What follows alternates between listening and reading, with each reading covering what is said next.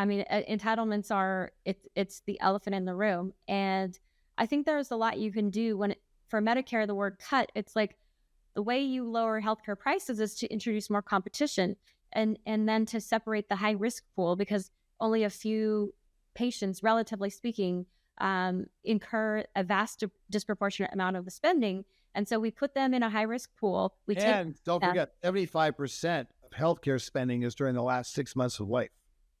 Exactly. So we find a way to take care of those individuals, and we find a way to lower those costs.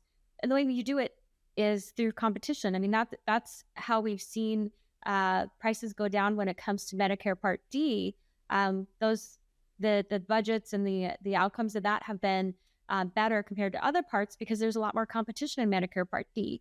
But I don't want to go on the side tangent of that. But all that to say is, Dave, I agree with you that the entitlements, I'd love to see Social Security have an optional program where you can opt out of the government benefits in order to have your own private retirement funding. And that way, that's less of a liability, and it's less of a ball and chain that people have to be locked into, and they could get better returns. And I think that that's something, again, optional.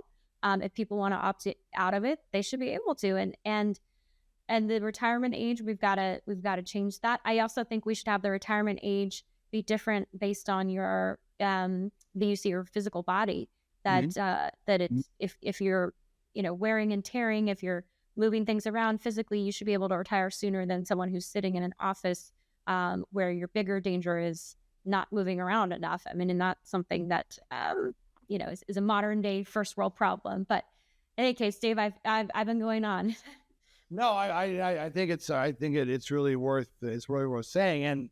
And the mistake that Bush made when he, in 2005, when he talked about privatizing Social Security. By the way, the Dow Jones Industrial was at 10,000 in 2005.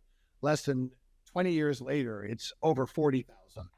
So the mistake that he made is that it came across as, oh, this is going to be a fee bonanza, and a lot of these rich financial people are going to be avoided. What he should have done and said, look, we're just going to put it into index funds. And I'm not stupid enough to try to manage my own money, but any great investor will tell you 80% of the people can't beat the market.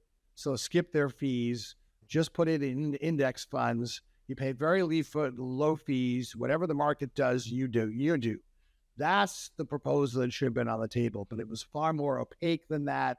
And it allowed opponents to say, this is just going to be a payday to all the financial people, and we're going to get fees up the gazoo and all this stuff. But I agree, there was an opportunity that was really squandered there, and our Social Security would have been a lot healthier, because I can promise you government bonds have not quadrupled in less than 20 years, which is basically what Social Security is used for. But unfortunately, we are out of time. So there's so many more nuggets and lumps that we could award.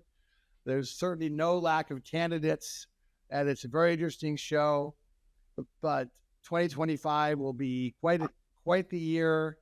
There's going to be a lot going on geopolitically, and I think that hopefully we will see a big change. My other underrated thing, and this was really the Democrats not tooting their own horn, they're the worst marketers and salespeople in the world, was just how much our adversaries have weakened, particularly during the second half of 2024. Everyone from Russia, China, Iran, Syria, all these countries, North Korea, they're all struggling, where the U.S., even though voters didn't feel it, and that was another lump of coal, would be to go to incumbents around the world. Joe Biden had a 40% approval rating. That was the bad news. The good news was, I think it's higher than any other incumbent in any other industrialized country. But anyway, we will leave it there. But thanks to all of you for joining us.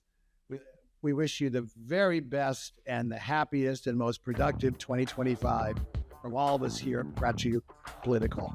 I'm Dave Spencer. And I'm Carrie Sheffield. Happy New Year. And yes, all the best in 2025.